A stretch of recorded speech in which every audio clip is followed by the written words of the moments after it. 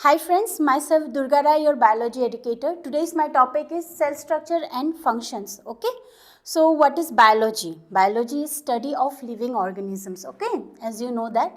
So today we are going to study some of the detail about it. Okay, so cell theory. The first topic I have written here is cell theory. The first point. It should be unity, underlying diversity. Okay that is in cellular organization. So मैंने इसका मतलब meaning क्या है मैं आपको बताती हूँ. ठीक है, आपको जो यूनिटी मिलेगा, अंडरलाइंग डाइवर्सिटी, जैसे कि मैं एक ह्यूमन हूँ और एक मतलब एक डॉग है. ठीक है, मैं डॉग के साथ कंपेयर मतलब एज अ हम लोग में क्या कॉमन है बोल के मैं एक कंपैरिजन कर रही हूँ. हम लोग भी खाना खाते हैं, हम लोग भी खाने को एक्सक्रीट करते हैं, डॉग्स भी खाना खाते हैं, डॉग्स भी खाने को एक्सक्रीट करते हैं. तो देखिए हम लोग एक ह्यूमन बीइंग है, वो एक डॉग है. ठीक है, लेकिन फिर भी हम में कुछ कॉमन है ना, तो इसी को हम लोग पढ़ते हैं, unity underlying diversity. Okay, in cellular level. अब ऐसा क्यों है? ऑल्दो हम लोग अलग अलग ऑर्गेनिजम्स है, लेकिन फिर भी हम लोग में ये कॉमन चीज़ कैसे आ गया? सेलुलर लेवल पे आया है. ठीक है, सेलुलर ऑर्गेनाइजेशन की वजह से ये आया है. ठीक है, अब क्या हुआ? अब अगर कोई बोलेगा कि तुम में और उस डॉग में मतलब ये चीज़ कॉमन है, तो अगर अचानक से कोई सुनेगा या फिर हम लोग भी सुनेंगे तो हम लोग को लगेगा ना ये कैसे हुआ, ये एक मिस्ट्री क्रिएट हो गया ना. तो यही बोला गया, it created a mystery over. Okay, इस वजह से क्या हुआ, एक मिस्ट्री क्रिएट हो गया सेल थ्योरी की वजह से. ठीक है, तो उसको हम लोग फिर और एक तरीके से पढ़ सकते हैं, फिजियोलॉजिकल एंड बिहेवियर प्रोसेस. ठीक है, हम लोग फिजियोलॉजिकल और बिहेवियर प्रोसेस से फिजियो जो प्रोसेस है इससे हम लोग फिजियोकेमिकल अप्रोच ले सकते हैं, जिससे हम लोग चीज़ों के मॉलिकुलर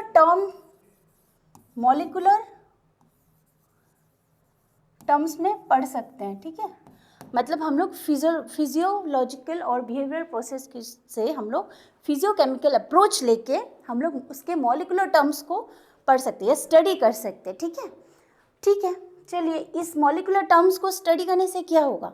हम लोगों को इस मॉलिकुलर टर्म्स को स्टडी करने से बहुत कुछ पता चलेगा कि एक मतलब हम लोग मॉलिकुलर लेवल में कैसे एक है, या हम लोगों में अगर मतलब मेनली ये हेल्प करता है कि अगर हम कभी बीमार पड़ गए या हमको कोई डिजीज़ हुआ तो उस डिजीज़ को टैकल करने के लिए, उसका मतलब ट्रीटमेंट ढूंढने में भी ये मॉलिकुलर टर्म्स में जो हमने जो मॉलिकुलर टर्म्स या मॉलिकुलर लेवल जो हम लोग मॉलिकुलर लेवल मतलब टिश्यू के थ्रू हम लोग मॉलिकुलर लेवल में जो पढ़ाई करते हैं, इसी से हम लोग को हेल्प मिलता है ताकि हम लोग डिजीज़ ये सबको ट्रीटमेंट डिजीज़ का ट्रीटमेंट का मतलब हम लोग डिजीज़ का ट्रीटमेंट ढूंढ पाए. ठीक है, तो यही सब होता है.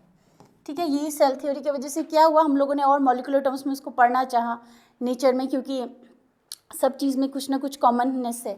तो कैसे हुआ? मॉलिकुलर लेवल पे हुआ ना, वही हम लोग पढ़ाई करते हैं इस सेल थ्योरी के अंडर में ही. ठीक है, चलिए अब और एक यहाँ पे पॉइंट है, physiochemical approach to study and understand living organism is reductionist biology. ठीक है, यहाँ पे और एक पॉइंट बोला गया है कि जो फिजियोकेमिकल अप्रोच है, मतलब केमिकल तो आपको पता ही है मॉलिकुलर लेवल में, और फिजियोलॉजिकल लेवल में जो हम लोग अप्रोच करते हैं स्टडी करने का. ठीक है, अप्रोच करके हम लोग स्टडी कर रहे हैं और अंडरस्टैंड करते हैं लिविंग ऑर्गेनिज्म को, उसी को बोलते हैं हम लोग रिडक्शनिस्ट बायोलॉजी. ये रिडक्शनिस्ट बायोलॉजी का ज़रूरत क्या है? ज़रूरत इसलिए क्योंकि सेल थ्योरी की वजह से हमको पता चला कि हम में और एक डॉग या फिर एक कैट में कुछ चीज़ कॉमन है, जैसे डाइजेशन, एक्सक्रीशन, ये चीज़ें कॉमन है. अब ये कैसे हुआ उसको हम लोगों ने फिर मॉलिकुलर बेसिस में जाना. मॉलिकुलर बेसिस में जानने के बाद फिर हम लोगों ने क्या किया, उसी को मतलब जब हम लोग पढ़ाई करते हैं physiochemical approach to study and understand living organism. ठीक है, केमिकल तो आपको पता ही है, मॉलिकुलर लेवल पे जो अप्रोच किया जाता है फिजियोलॉजिकल एंड केमिकल अप्रोच में जो स्टडी होता है उसी को हम लोग रिडक्शनिस्ट बायोलॉजिस्ट बोलते हैं. ठीक है, तो पहला पॉइंट आपका आ गया कि सेल लिविंग ऑर्गेनिज्म है. दूसरा पॉइंट आ गया कि सेल थ्योरी में क्या बोला कि लिविंग ऑर्गेनिज्म है पर सब में कुछ ना कुछ कॉमन है. ऑल्दो बाहर से सब दिखने में अलग है पर अंदर में सबका कुछ ना कुछ कॉमन मिलेगा, आपको यूनिटी मिलेगा एक डाइवर्सिटी में. ठीक है, underlying diversity cellular organisation level पे. अब अगर सेलुलर ऑर्गेनाइजेशन लेवल है तो एक मिस्ट्री क्रिएट हुआ, चलो हम लोग यही पढ़ते हैं.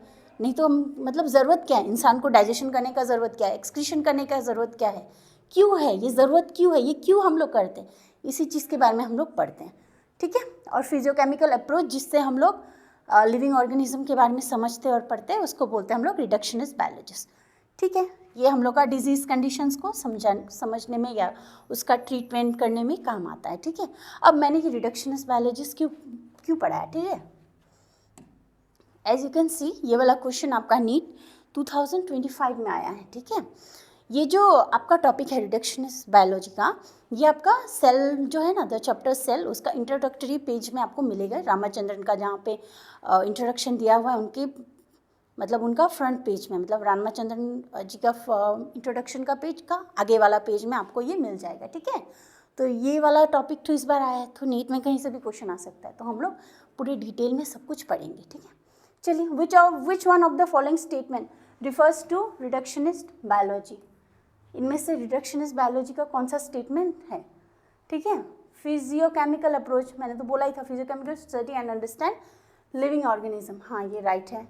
यहाँ पे और एक दिया फिजियोलॉजिकल अप्रोच, नहीं मैंने बोला था फिजियोलॉजिकल प्लस केमिकल अप्रोच। ठीक है, तो आपका आंसर रहा option number 2। Thank you and have a nice day.